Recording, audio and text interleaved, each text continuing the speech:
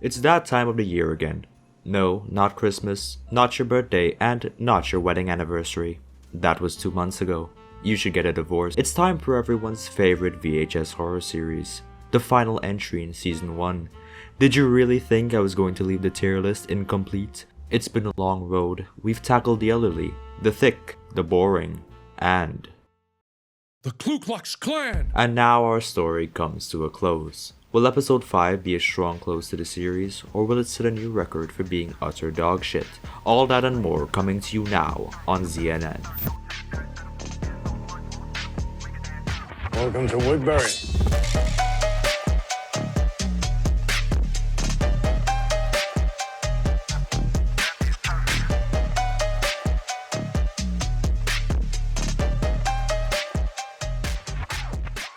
Episode 5 begins in an office, because there's nothing scarier than a 9 to 5. We play as Sydney Harper, a consultant at a consulting firm. We spend most of our time consulting the spreadsheet, realizing we shouldn't have lied on our resume, and end up playing video games instead. We get up for a quick coffee break where we meet the other 2 employees keeping us company at this late hour. We have Bob, who likes to mind his business and work, and a janitor who likes to enter the women's restroom unannounced. Depending on how you look at it, company is either a blessing or a curse. We get back to our desk where we receive a phone call from our friend Mike. Oh boy, if it isn't some of that sweet voice acting. However, unlike Connor, Mike is not blessed with the vocals of an angel. Rather, he is cursed with the awkwardness and lack of self-awareness possessed by that of the average Discord moderator. Oh snap, I was starting to think maybe you were ignoring me. He reminds us of our upcoming road trip and tells us to hurry the fuck up and book a rental cabin.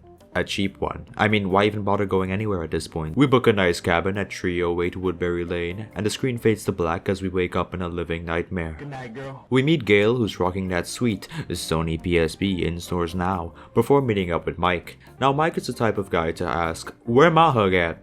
Because that's exactly what he does, and then he asks for another. Mike, I really hope that's a gun in your pants, you sick fuck. And with that, episode 5 becomes the first Fears to Fathom episode where you aren't completely alone. An interesting twist, but we'll have to see how it plays out. We hop in the van and make our way over to our Woodbury Getaway.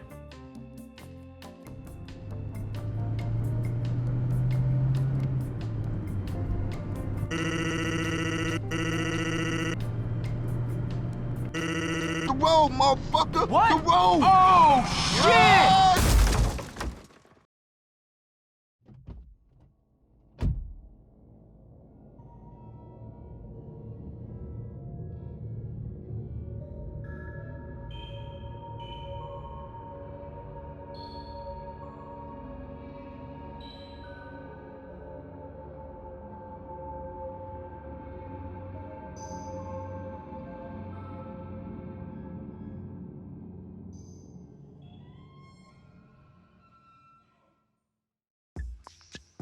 We stop off at a local pizza joint because if there isn't an uncomfortably long section about eating, are you even playing a Fears to Fathom game?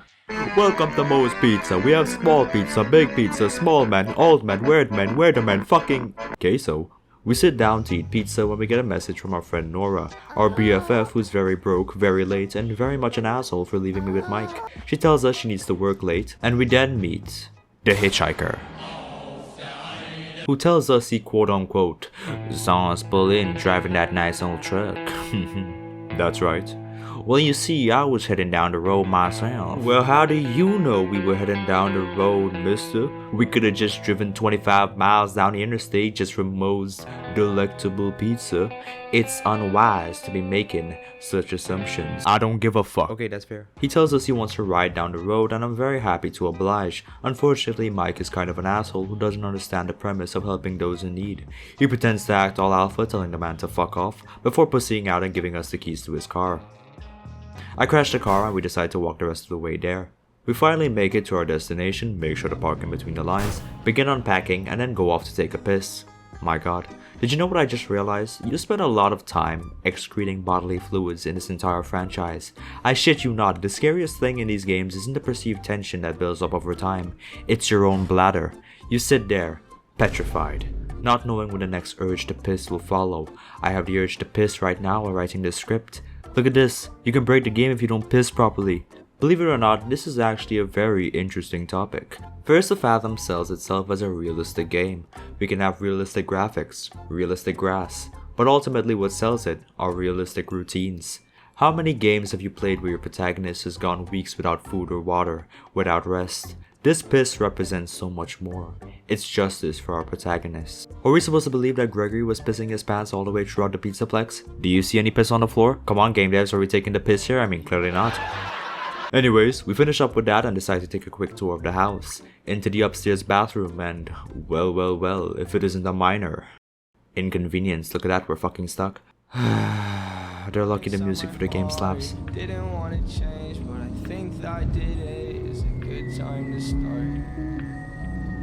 It's a good time to start. Good time to start.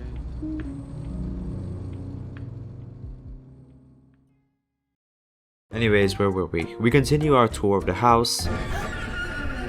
Good evening.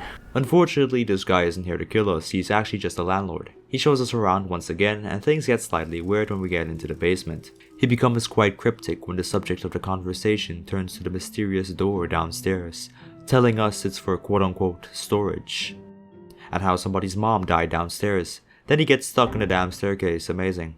He disappears into the dead of night, and Mike decides that we should go fishing in minus 30-degree weather in the middle of the night. Of course, we have no backbone, so we can't say no, so we join him outside and see a demon cross the bridge in front of us. I swear to God, fishing in real life isn't this difficult.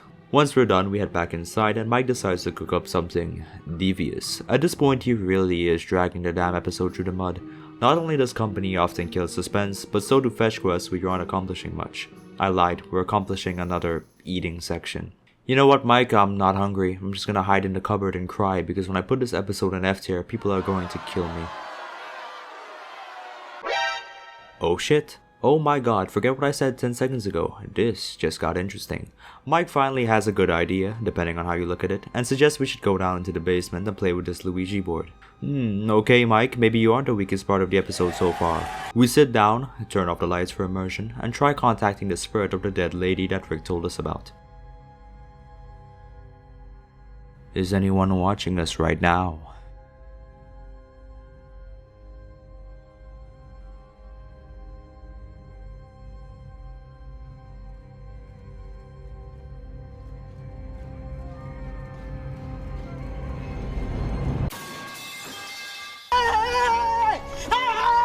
Mike, being the white knight that he is, shits his pants, runs away. The ghost, feeling bad for us, leaves us, kills Mike, and we live happily ever after. The end. We go upstairs and confront Mike about why he's such a bitch, but he ignores us and sits down to watch TV instead. Starstruck by how much aura one man can possess, we go into the kitchen and start doing the dishes like a good female. And right as we're done, we get a message from him telling us he believes that there's someone lurking under his bed. Right now. We slowly head upstairs, trying not to alert the intruder, not knowing if they've already discovered Mike. Turns out it's just misdirection, I mean Mike, and he comes up with another beautiful idea. Hide and seek. 2 for 3 now. Okay, Mikey bitch. I don't know any adults who play hide and seek, but I know someone in the comments is waiting to correct me on that, so I won't judge. Now the hide and seek aspect is pretty interesting, mainly because the tension is flipped. Usually you're tense while you're hiding, but in this case the tension comes when you're looking for Mike. We've already established that there's a Rick, there's a ghost, and there's a black person wandering around the area, so you don't know if you're gonna end up finding one of them instead. Now fortunately for us, it ends up being a cat, wow. Oh, and Rick as well, oh great.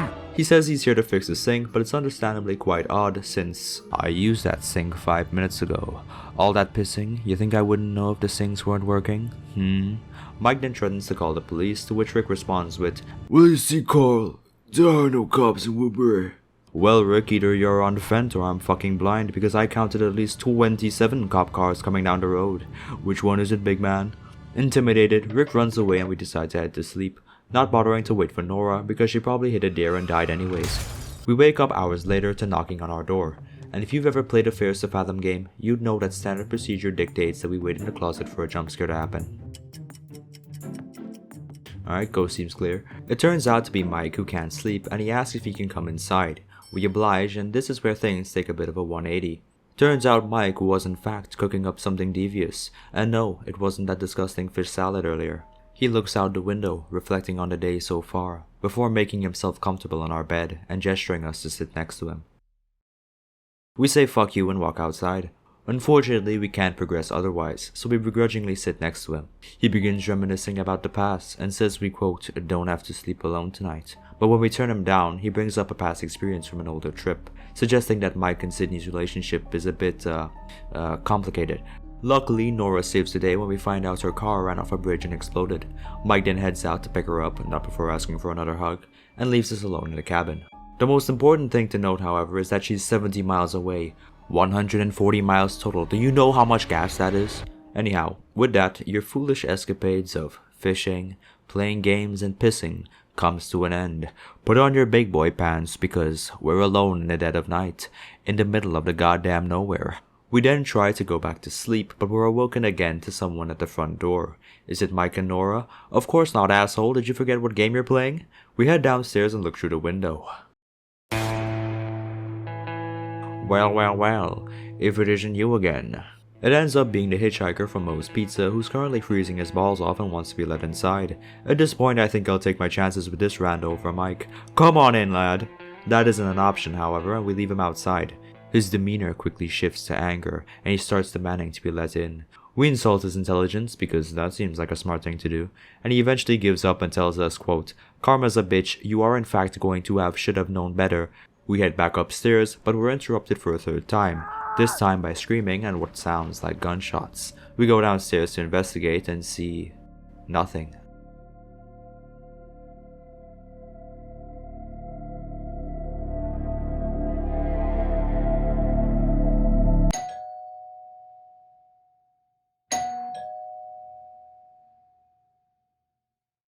Luckily for us, Rick is here to our rescue. We let him inside and ask him if he's seen anyone sussy outside, to which he gives us another cryptic response. He asks us where Mike is, and after telling him he's not here, he begins acting weird.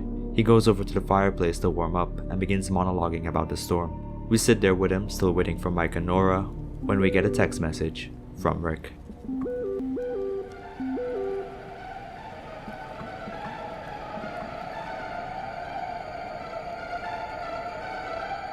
Prepared to die.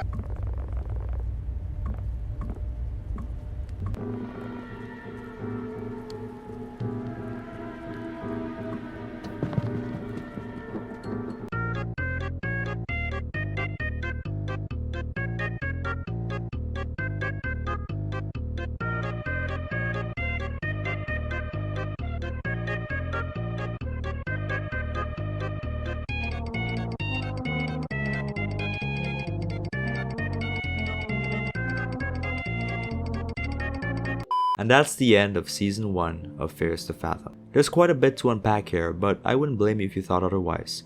The same way that Carson House was Home Alone on steroids, Woodbury Getaway is Norwood Hitchhike on steroids. Depending on your taste, this episode is either going to be extremely boring or extremely terrifying. For starters, it's a very different type of horror compared to Ironbark Lookout. I'll just come out and say it very bluntly. Men. I didn't really see it at the start, but this episode secretly spends its entire time building towards one thing. Mike. It starts by portraying him as kind of a bumbling idiot, someone who is very awkward and a massive coward, before it takes a turn and transforms him into a bit of a monster. Towards the end, we can see as his facade crumbles and he turns into a manipulative asshole, as he tries to guilt Sydney into I don't know if I can say this on YouTube, but you guys have eyes. I'm willing to argue that this is the actual climax of the episode, and I imagine to the one female that watches my channel, aka my grandma, that this was a pretty unsettling episode. And if you still have any doubts about the theme, it's pretty much littered everywhere in the episode. The janitor, Gail, the hitchhiker. In my opinion, this episode has three evils. We have the hitchhiker, who's kind of an asshole but not enough to act on it. We have fake Rick, who is an asshole and does act on it. And then you have Mike, who you're not too sure about. He's a perfect example of a wolf in sheep's clothing, and it seems like he's just one bad day away from becoming like the other two. Dare I say, he's already worse than the other two. The hitchhiker has restraint, fake Rick is probably mentally unstable, but Mike knows damn well what he's doing. This episode did a really good job of putting you in the shoes of the character, and while I personally didn't find it scary, I was very uncomfortable towards the end. Usually I talk about whether or not the events are likely true or not, but that doesn't really matter. It doesn't matter if fake Rick and the hitchhiker didn't happen, because that's not 100% of what makes the episode scary. Mike makes the episode scary, and I'm pretty certain creeps like Mike exist. It's worth pointing out too that the ending, unlike many other episodes, isn't a good ending. You don't have to deal with the other two evils, sure, but you still have to deal with one, the worst one. Like I said at the start, horror is subjective. I didn't enjoy it as much as Ironbark Lookout, and it is kind of slow at the start. Especially if you're a dumbass and you look out the wrong window, thereby missing an Easter egg. Unfortunately, the main twist of Fake Rick being Fake Rick was kind of obvious at the start, but the side arc with Mike caught me by complete surprise. I wish I could split the episode in half and give one half B and the other S. So I guess, for me, Woodbury Getaway gets an A tier. But I wouldn't be surprised if people thought it was S tier, or better than episode 4. On the other hand, the other episodes will sit firmly where I placed them, no take-backsies. Fairest to Fathom is my favorite in the VHS genre. Other games seem to be too boring and too mind-numbing, but Fairest to Fathom is like a Kinder Egg, and I've enjoyed opening them throughout the past few years. I'm not sure if there will be a season 2, but I really hope so. Until then, well, we're gonna have to settle for some alternatives.